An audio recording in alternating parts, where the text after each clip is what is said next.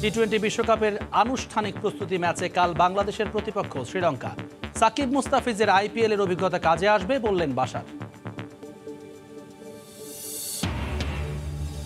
বাংলাদেশের বিশ্বকাপের মূল স্কোয়াডে থাকা তাসকিন ও সাইফুদ্দিন ভুগছেন ইনজুরিতে। বিকল্প পেসার হিসেবে দলে রাখা হয়েছে রুবেলকে, জানালেন আকরাম খান।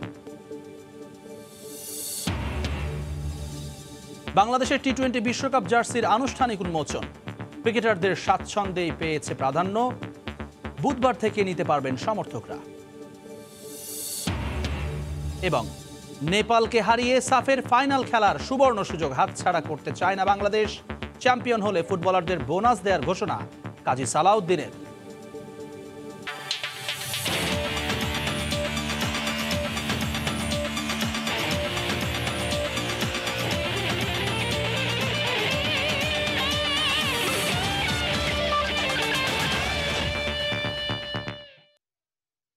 বাংলাদেশের টি-20 বিশ্বকাপ মিশনের খবর শুরুতেই জানাচ্ছি। আইসিসির প্রথম অফিসিয়াল প্রস্তুতি ম্যাচ খেলতে মঙ্গলবার শ্রীলঙ্কার বিপক্ষে মাঠে নামবে টাইগাররা। আবুধাবির টলারেন্স ওভালে ম্যাচটি শুরু হবে বাংলাদেশ সময় রাত ৮টায়। আনুষ্ঠানিক এই প্রস্তুতি ম্যাচ খেলতে রোববার ওমান থেকে আবুধাবিতে পৌঁছে লাল সবুজের প্রতিনিধিরা। সূচিতে বিশ্রামের কথা থাকলেও লঙ্কানদের বিপক্ষে প্রস্তুতি ম্যাচের আগে অনুশীলন করেছে মাহমুদুল্লাহ বাহিনী। ওমান এ দলের বিপক্ষে অনানুষ্ঠানিক ম্যাচে ৬০ রানের বড় জয়ে ফুরফুরে মেজাজে আছে দল। পিঠে হালকা ব্যথা থাকায় এই ম্যাচেও বিশ্রামে থাকবেন ক্যাপ্টেন মাহমুদুল্লাহ। সেক্ষেত্রে দলকে নেতৃত্ব দেবেন লিটন দাস। বৃহস্পতিবার একই মাঠে আয়ারল্যান্ডের বিপক্ষে দ্বিতীয় ও শেষ অফিসিয়াল ওয়ার্ম আপ ম্যাচ খেলবে টাইগাররা। কিছুটা ইনজুরিতে ভুগছেন বাংলাদেশ ক্রিকেট দলের দুই পেসার তাসকিন আহমেদ ও সাইফুদ্দিন, যে কারণে আরেক পেসার রুবেল হোসেনকে দলের সাথে রাখা হয়েছে। এমনটাই জানিয়েছেন cricket operations chairman Akram Khan. Team ম্যানেজমেন্টের সিদ্ধান্তেই রিজার্ভ স্কোয়াডে থাকা আমিনুল বিপ্লবকে দেশে ফেরত পাঠানো হয়েছে বলেও জানান তিনি। খবরটা মন খারাপ করার মতোই, তবে সংবাদটা খুব দুশ্চিন্তার নয়। তা হলো টি-20 বিশ্বকাপের মূল দলে থাকা বাংলাদেশের পেস অ্যাটাকের অন্যতম দুই সেরা সেনানী স্পিড স্টার তাসকিন আহমেদ ও পেস অলরাউন্ডার সাইফুদ্দিন ভুগছেন কিছুটা ইনজুরিতে। তবে উদ্বিগ্ন হবার মতো কিছু নয়। লম্বা সময়ের টুর্নামেন্ট হওয়ায় বিকল্প ভাবনা আছে টিম ম্যানেজমেন্টের। রুবেলকে রেখেছি বিকজ ওখানে আমাদের দুইটা ফাস্ট বলারের ইনজুরির একটু সমস্যা দেখা গিয়েছে। আপনার তাসকিন এবং সাইফুদ্দিনের ব্যাকটা একটু স্টিভ আছে, সো আমরা কোনো রিস্কটা নিই নি। যদি ওর ইনজুরি না থাকতো তাহলে রুবেলও চলে আসতো। এদিকে রিজার্ভ স্কোয়াডে রুবেল ও লেগি বিপ্লব গিয়েছিলেন বাংলাদেশ দলের সাথে ওমানে। রুবেলকে রেখে বিপ্লবকে পাঠানো হয়েছে দেশে। আসর শুরুর আগে বিপ্লবকে দেশে ফেরত পাঠানোয় উঠেছে নানা প্রশ্ন। কারণ করোনা মহামারীর মধ্যে কেউ যদি অপ্রত্যাশিতভাবে সংক্রমণের শিকার হন তাহলে কি হবে, যুক্তি দিলেন এই বোর্ড কর্তা। লম্বা ট্যুর প্লাস দূরত্বটা কিন্তু ভেরি ইম্পর্টেন্ট, যে আমরা কোথায় রাখছি বা কি করছি। তো যেহেতু দুবাই আমাদের এখান থেকে আপনার দূরত্বটা বেশি না, আমরা আপনার দিনে দিনে কিন্তু প্লেয়ার পাঠাতে পারবো। আইসিসি ওয়ার্ল্ড কাপে যেটা 15 জনের জন্য যে ফ্যাসিলিটিস থাকে, বাকি যে এক্সট্রা আছে ওদের জন্য কিন্তু ওই ফ্যাসিলিটিসটা সেম থাকে না, বিদায় আমরা ওই ঝামেলায় যেতে চাইনি। আমরা এখানে আল্লাহ না করুক যদি কোনো অঘটন হয়, এখান থেকে প্লেয়াররা খেলার মধ্যে থাকবে, ওরা এখান থেকে জয়েন করবে। আইপিএল খেলার জন্য সাকিবের ছুটি ছিল 7 অক্টোবর পর্যন্ত, কিন্তু কলকাতার খেলা বেড়ে যাওয়ায় সাকিবকে আরো সময় আইপিএলে ছেড়ে দিয়েছে বোর্ড। সাকিব যেহেতু ওখানে থাকবে যতদিন খেলা চলবে, আর আমাদের যে দলে যতগুলো প্লেয়ার আছে তাদের চেয়েও কিন্তু ভালো অবস্থা ছিল, যেহেতু ম্যাচে ছিল, প্র্যাকটিসে ছিল, তো ওরা যখনই খেলা শেষ হবে টিমের সাথে গিয়ে জয়েন করবে। এর আগে আসর থেকে রাজস্থান রয়্যালস ছিটকে পড়ায় ইতিমধ্যে বাংলাদেশ দলের সাথে যোগ দিয়েছেন আরেক পেসার মুস্তাফিজুর রহমান। হুমায়ুন কবির রোজ, সময় সংবাদ, ঢাকা। আনুষ্ঠানিকভাবে উন্মোচন করা হলো বাংলাদেশ ক্রিকেট দলের টি-20 বিশ্বকাপের জার্সি।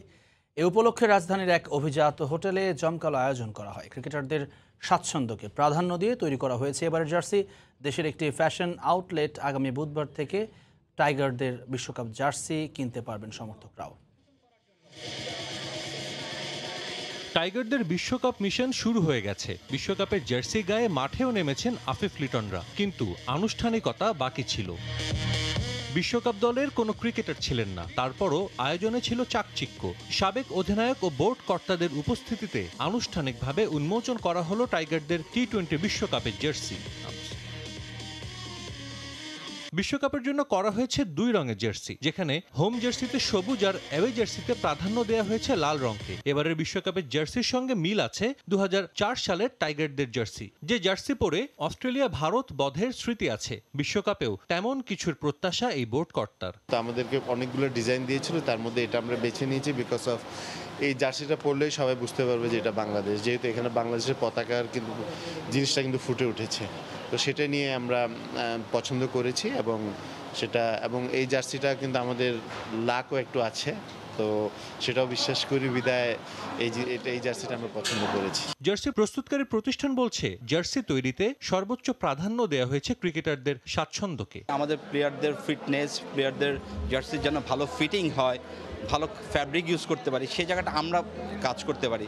বাট আমার মনে হয় দেশের মানুষের অনেক আবেগ জার্সি নিয়ে, তো অনেক মানুষ পার্টিসিপেট হতে চায় আসলে, এবং আমার মনে হয় তারা যদি আরও পার্টিসিপেট হয়, বিসিবির সাথে তারা যদি যোগাযোগ করেন বা আমাদের সাথেও যোগাযোগ করেন, আমরা মনে হয় আমরা আরও কিছু ভালো কিছু করতে পারবো। আর সামনে অনেকগুলো ব্যাক টু ব্যাক ইভেন্ট আছে, আমরা সামনে আরও অনেক ভালো কিছু করার সুযোগ আছে। বিশ্বকাপে বাংলাদেশকে প্রতিনিধিত্ব করবেন 11 জন, আর ওদের সাহস দেবে 17 কোটি সমর্থক। বিশ্বকাপ মানেই যেন এক উৎসব, আর এই উৎসবের অংশ হতে সমর্থকরাও সুযোগ পাবেন কাঙ্ক্ষিত এই জার্সি কিনতে। আগামী বুধবার থেকে বাজারে পাওয়া যাবে এই জার্সি। ছোটদের জার্সির মূল্য ধরা হয়েছে 1000 টাকা আর বড়দের 1400 টাকা। সাজিদ মুস্তাহিদ, সময় সংবাদ, ঢাকা। সাফের ফাইনাল খেলার সুবর্ণ সুযোগ হাতছাড়া করবে না বাংলাদেশ। নেপালকে হারিয়েই জায়গা করবে শিরোপার মঞ্চে, এমনটাই বিশ্বাস টিম ম্যানেজমেন্টের।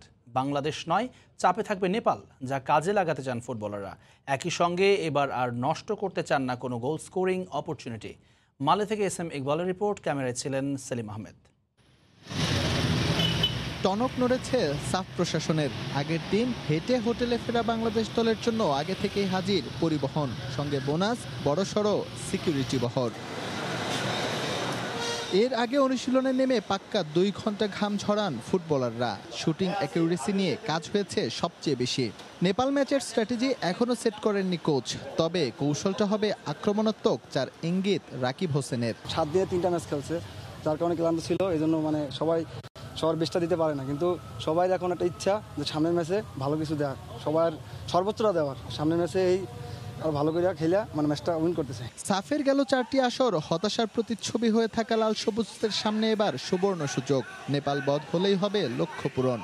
ওরা 11 জনে তাকিয়ে বাংলাদেশ, যার প্রতিদান ফুটবলাররা মাঠেই দেবে বলে বিশ্বাস ম্যানেজমেন্টের। এটা আমাদের জন্য একটা গোল্ডেন অপরচুনিটিতে ফাইনালে যাওয়ার জন্য ছেলেরা সেটার জন্য লড়াই করার জন্য পুরোপুরি প্রস্তুত আছে, এবং আমি আশা করছি যে আমাদের ছেলেরা হয়তো বাংলাদেশের যে জনগণ অপেক্ষা করে আছে তাদেরকে হতাশ করবে না। শিরোপার লড়াইয়ে যেতে হলে মাস্ট উইন সিচুয়েশন লাল সবুজদের জন্য, আর ড্র করে একটা পয়েন্ট পেলেই চলবে নেপালের। তাই অবধারিতভাবে চাপ চলে আসে লাল সবুজদের উপর, কিন্তু তা মানতে নারাজ ফুটবলার ও ম্যানেজার উভয়েই। সামনের ম্যাচে কোচ যেভাবে আমাদের ইনস্ট্রাকশন দিয়েছে, আমরা যদি এগুলো মাঠে প্রুভ করতে পারি আসলে ভালো কিছু হবে। আমরা চেষ্টা করতেছি সবাই অ্যাটাকিং খেলার জন্য। যদি আমরা এগিয়ে থাকতাম, তারা পিছিয়ে থাকতো, সেটা আমাদের জন্য বাড়তি প্রেশারের হতো যে আমরা তাদেরকে ঠেকিয়ে রাখতে পারবো কিনা। এখানে তাদের এই উল্টা সেই প্রেশারটা নিতে হবে যে আমরা বাংলাদেশকে আটকে রাখতে পারবো কিনা। তারা যদি সেটা করতে পারে তারা ফাইনালে যাবে, আর আমরা যদি তাদের এটা ব্রেক করতে পারি আমরা ফাইনালে যাব। সুতরাং আমাদের জন্য এটা কোনো বাড়তি প্রেশার বলে আমি মনে করি না। আমাদের অ্যাজ ইউজুয়াল ম্যাচ। মালের হেনভেরুতে সন্ধ্যা নেমেছে, তবুও যেন প্রস্তুতি শেষ হয় না জাতীয় দলের। নেপালের বিপক্ষে জিতলেই মিলবে ফাইনালের টিকিট, আর তাই প্রতিটা মুহূর্তের সর্বোচ্চ ব্যবহারের চেষ্টা করছে লাল সবুজরা। মালে থেকে এস এম ইকবাল, সময় সংবাদ, মালদ্বীপ। সাফের এবারের আসরে চ্যাম্পিয়ন হতে পারলে বাংলাদেশ দলকে বড় বোনাস দেয়া হবে বলে জানিয়েছেন বাফুফে সভাপতি কাজী সালাউদ্দিন। এ সময় দক্ষিণ এশিয়ার ফুটবলের মান বেড়েছে বলেও মনে করেন বাফুফে বস। যে ওরা এই ধরনের বোনাস জীবনে চোখে দেখেনি, ওরা চিন্তাও করতে পারে না। দ্যাট আই উইল অ্যারেঞ্জ, কোথেকে আমি জানি না, but I will arrange can give it to them. So আমাদের তো নাম্বার অফ প্লেয়ার্স হিউজ না, ইটস লিমিটেড। তো টপ দুটো প্লেয়ার যখন একটা টিমে থাকে না, plus they are physically down, that was it, অন্য কিছু না। এইবারে একটা জিনিস বোঝা গেছে যে অল দ্য নেশন উপরে উঠেছে। আজকে আমার কাছে আমার ছোট ভাই আসছিল, একজন বললো যে আমি সব খেলা দেখে বুঝলাম যে বাংলাদেশের স্ট্যান্ডার্ড বাড়ছে, তার সাথে সাথে সব দেশের স্ট্যান্ডার্ড বাড়ছে। সাফ চ্যাম্পিয়নশিপ কভার করতে আসা গণমাধ্যম কর্মীদের সংবর্ধনা দিয়েছে বাংলাদেশ হাই কমিশন, যেখানে প্রধান অতিথি হিসেবে উপস্থিত ছিলেন মালদ্বীপে নিযুক্ত বাংলাদেশি হাই কমিশনার মোহাম্মদ নাজমুল হুসাইন। মালদ্বীপে প্রচুর বাংলাদেশি বিভিন্ন পেশায় নিয়োজিত আছেন। তাদের কর্মক্ষেত্রে সুরক্ষা প্রদান সহ অধিকার নিশ্চিতে কাজ করে যাচ্ছে হাই কমিশন, যার ফলে মালদ্বীপ থেকে দেশে রেমিটেন্স আসছে উল্লেখযোগ্য হারে। এসব বিষয়ে আলোকপাত করে একটি প্রেজেন্টেশন উপস্থাপন করা হয়। এছাড়াও বাংলাদেশ মালদ্বীপের দ্বিপাক্ষিক সুসম্পর্ক উঠে আসে আলোচনায়। এ সময় বাংলাদেশ থেকে আগত গণমাধ্যম কর্মী সহ উপস্থিত ছিলেন হাইকমিশনের ঊর্ধ্বতন কর্মকর্তা ও মালদ্বীপে কর্মরত স্বনামধন্য বাংলাদেশি ব্যক্তিরা। মুজিব বর্ষ এবং স্বাধীনতার সুবর্ণ জয়ন্তী উপলক্ষে ঢাকা উত্তর সিটি কর্পোরেশনের আয়োজনে শুরু হচ্ছে মেয়র কাপ। ফুটবল, ক্রিকেট এবং ভলিবল 3 ডিসিপ্লিনে হবে এবারের আসর। সকালে সংবাদ সম্মেলনের মাধ্যমে মেয়র কাপের আনুষ্ঠানিক ঘোষণা দেন ঢাকা উত্তর সিটির মেয়র আতিকুল ইসলাম। 15 নভেম্বর শুরু হবে মাঠ ও কোর্টের খেলা। উত্তর সিটির 54 জন কাউন্সিলর এবং 18 জন নারী কাউন্সিলরের তত্ত্বাবধানে গঠিত হবে 3 ইভেন্টের বিভিন্ন দল। ক্রিকেট ইভেন্টের টেকনিক্যাল ডিরেক্টরের দায়িত্বে থাকবেন বাংলাদেশ দলের সাবেক অধিনায়ক খালেদ মাসুদ পাইলট এবং ফুটবলের দায়িত্বে থাকবেন কিংবদন্তি ফুটবলার শেখ মোহাম্মদ আসলাম। মেয়র কাপের প্রচারণায় অংশ নেবেন মাশরাফি বিন মুর্তজা, আকরাম খান, তামিম ইকবাল, জামাল ভুঁইয়া, হর্ষিত বিশ্বাসের মতো তারকা খেলোয়াড়েরা।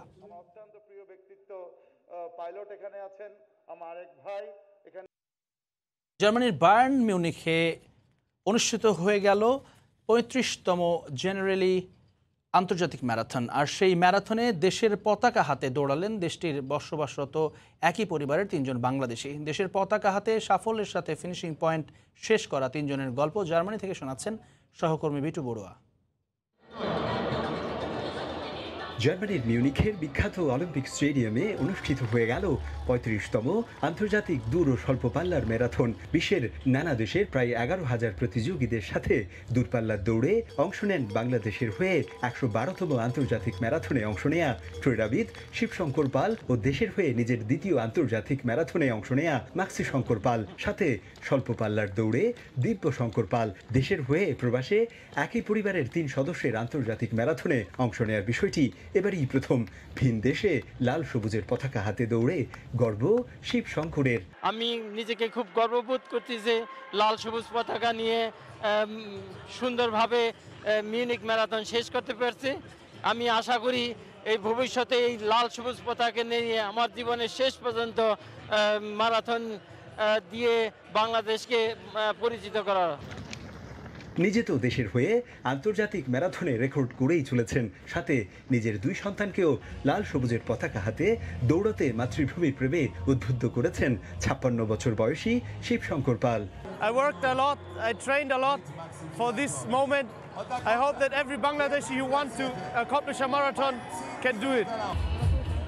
এর আগে মিউনিকের অলিম্পিক স্টেডিয়াম থেকে শুরু হওয়া 42.2 কিলোমিটার দূরত্বের এই ম্যারাথন শেষ করতে বাংলাদেশি শিবশঙ্কর পাল সময় নেন 3 ঘন্টা 40 মিনিট। তার বড় ছেলে মাক্সি শঙ্কর পাল নেন 4 ঘন্টার বেশি কিছু সময়। এই শহরে শিবশঙ্কর পালের বসবাস, তাই ট্রেকটাও ছিল বেশ জানাশোনা। দর্শকদের মাঠে ও পথে সমর্থন পেয়েছেন বেশ।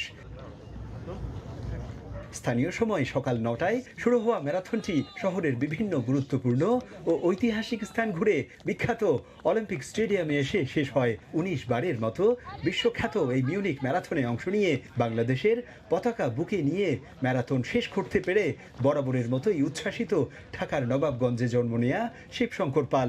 লক্ষ্য এখন একটাই, যেভাবেই হোক দেশের গৌরব সমুন্নত রাখা।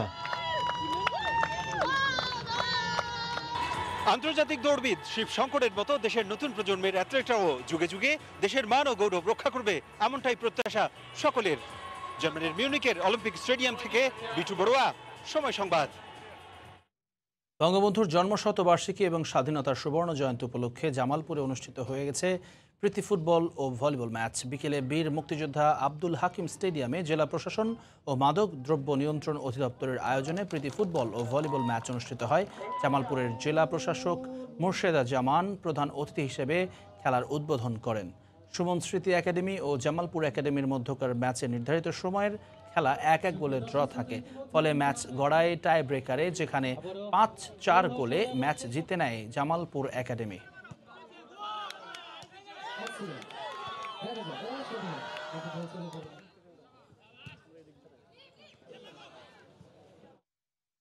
এ পর্যায়ে খেলার সময় শীর্ষ সংবাদ জানিয়ে দিচ্ছি আরেকবার। টি-20 বিশ্বকাপের আনুষ্ঠানিক প্রস্তুতি ম্যাচে মঙ্গলবার বাংলাদেশের প্রতিপক্ষ শ্রীলঙ্কা। সাকিব মুস্তাফিজের আইপিএলের অভিজ্ঞতা কাজে আসবে বললেন বাশার। বাংলাদেশের টি-20 বিশ্বকাপ জার্সির আনুষ্ঠানিক উন্মোচন। ক্রিকেটারদের স্বাচ্ছন্দ্যে পেয়েছে প্রাধান্য। বুধবার থেকে নিতে পারবেন সমর্থকরা। এবং নেপালকে হারিয়ে সাফের ফাইনাল খেলার সুবর্ণ সুযোগ হাতছাড়া করতে চায় না বাংলাদেশ। চ্যাম্পিয়ন হলে ফুটবলারদের বোনাস দেওয়ার ঘোষণা কাজী সালাউদ্দিনের। এই ছিল খেলার সময়। এখন দেখব খেলার ক্ষণে সাফ স্পেশাল আয়োজন।